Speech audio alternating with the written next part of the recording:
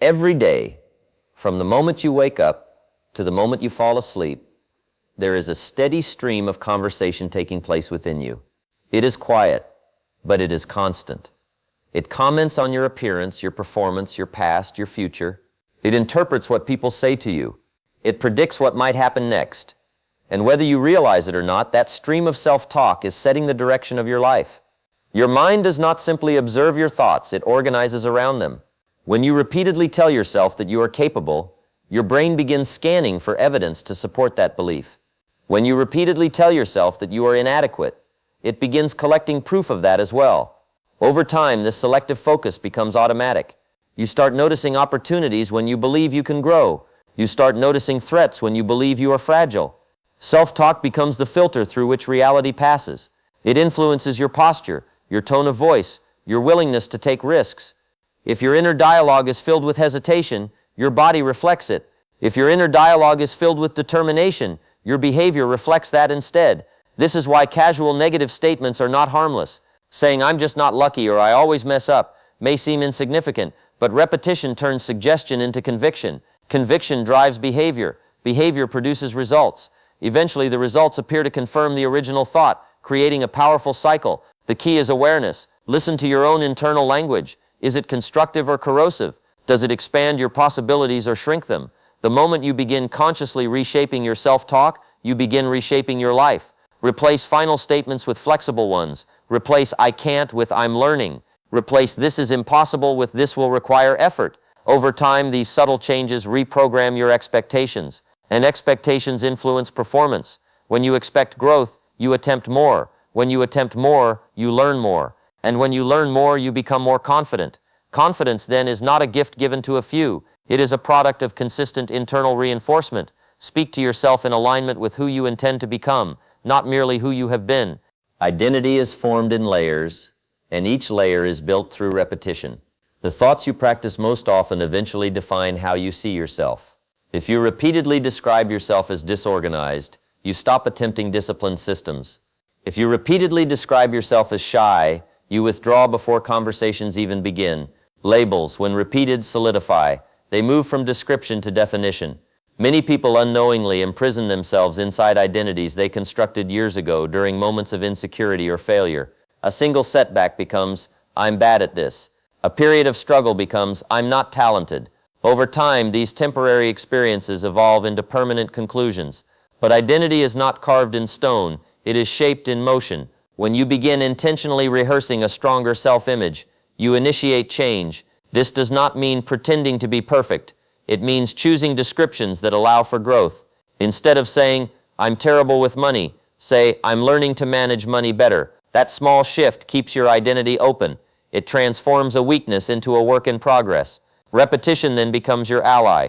Each time you act in alignment with your new identity, even in small ways, you reinforce it. When you follow through on a commitment, you prove to yourself that you are disciplined. When you speak up despite nervousness, you prove that you are courageous. These proofs accumulate.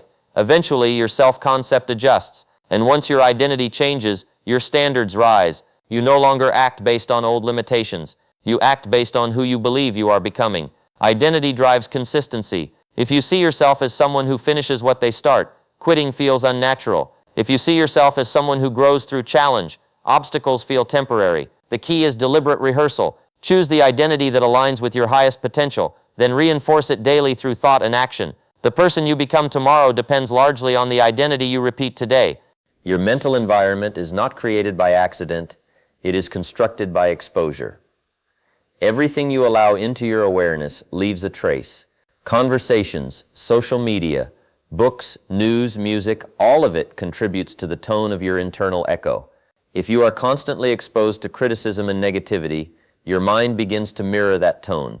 If you regularly engage with ideas of growth and responsibility, your mind begins to echo those instead. The principle is simple: input determines output. What you consume consistently shapes what you think automatically. Many people attempt to change their lives without changing their environment. They try to cultivate confidence while immersing themselves in comparison. They attempt to stay positive while absorbing endless pessimism. This creates internal conflict. To control the echo inside your mind, you must control what enters it. Be intentional about the voices you prioritize.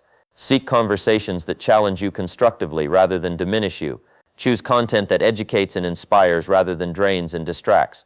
Pay attention to how certain environments make you feel. Do they energize you or exhaust you? Influence is subtle but cumulative. A single negative comment may not define you, but repeated negativity can erode your self-perception over time. The same is true for encouragement. Surround yourself with people who value growth, and you will begin to adopt their standards. Spend time with those who take responsibility, and you will notice your own excuses shrinking. Guarding your input is not about isolation, it is about discernment. It is about recognizing that your mind is fertile soil. Whatever you plant repeatedly will grow, so plant wisely. Curate your environment so that it supports the person you are striving to become. When your input aligns with your goals, your internal echo becomes an ally rather than an obstacle. Life does not come with fixed meanings. Events happen, but interpretation gives them emotional weight. Two individuals can encounter identical circumstances and walk away with entirely different futures because they assign different meanings to what occurred. If you interpret difficulty as proof of inadequacy, you retreat. If you interpret difficulty as training, you persist. Meaning shapes momentum. It influences whether you move forward or stand still. Many people are not defeated by events. They are defeated by the stories they attach to those events. A rejection becomes, "I'm not worthy." A delay becomes, "It will never happen." These interpretations sap motivation. But interpretation is a choice. You can decide that rejection is redirection. You can decide that delay is preparation. This shift does not ignore pain, it reframes it. It transforms adversity into instruction. When you consciously choose empowering meanings, you protect your momentum. You remain engaged with your goals even when circumstances are imperfect. This habit builds resilience. It trains your mind to search for lessons instead of limitations. Over time, you develop emotional stability because your progress is not entirely dependent on external outcomes. You understand that setbacks are part of the process, not the end of it. The power lies not in controlling every event, but in mastering your interpretation. When you discipline yourself to assign constructive meaning, you turn obstacles into stepping stones. Your internal echo becomes hopeful rather than hopeless, and hope fuels persistence. Mental discipline is the bridge between intention and transformation. It is easy to think positively when everything is going well.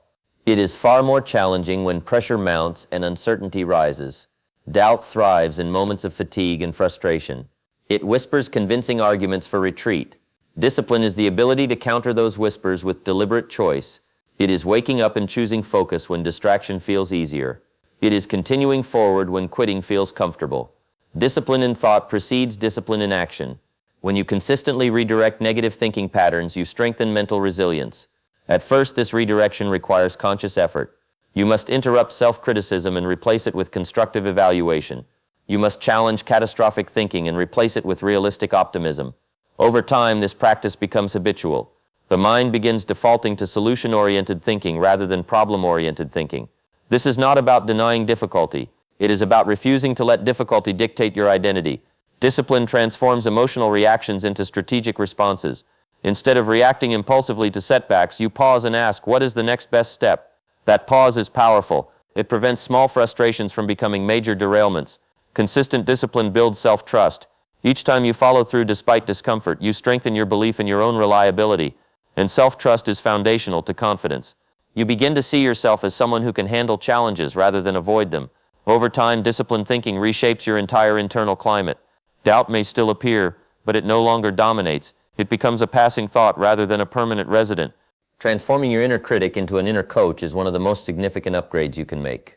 The critic magnifies flaws and minimizes progress. It uses harsh language and absolute judgments. The coach, on the other hand, evaluates performance without attacking identity. It acknowledges mistakes while reinforcing potential. Many people have allowed their inner critic to speak unchecked for years. They replay errors endlessly and discount achievements quickly. This creates fear of failure and reluctance to try. But when you intentionally cultivate an inner coach, your relationship with growth changes. Instead of saying, "I'm terrible at this," you say, "What can I improve?" Instead of concluding, "I'll never succeed," you ask, "What strategy can I adjust?" This shift fosters learning. It encourages experimentation. It reduces the emotional cost of imperfection. An inner coach recognizes effort as progress. It celebrates small wins while still aiming higher. Developing this voice requires awareness and patience. You must catch the critic in action and consciously adjust its tone. Speak to yourself as you would to someone you genuinely care about. Offer correction without condemnation. Over time, this supportive internal environment builds courage. When you know that mistakes will be met with guidance rather than ridicule, you are more willing to attempt ambitious goals. The echo chamber inside your mind becomes a place of constructive dialogue rather than destructive commentary. And from that supportive foundation, sustained growth becomes possible.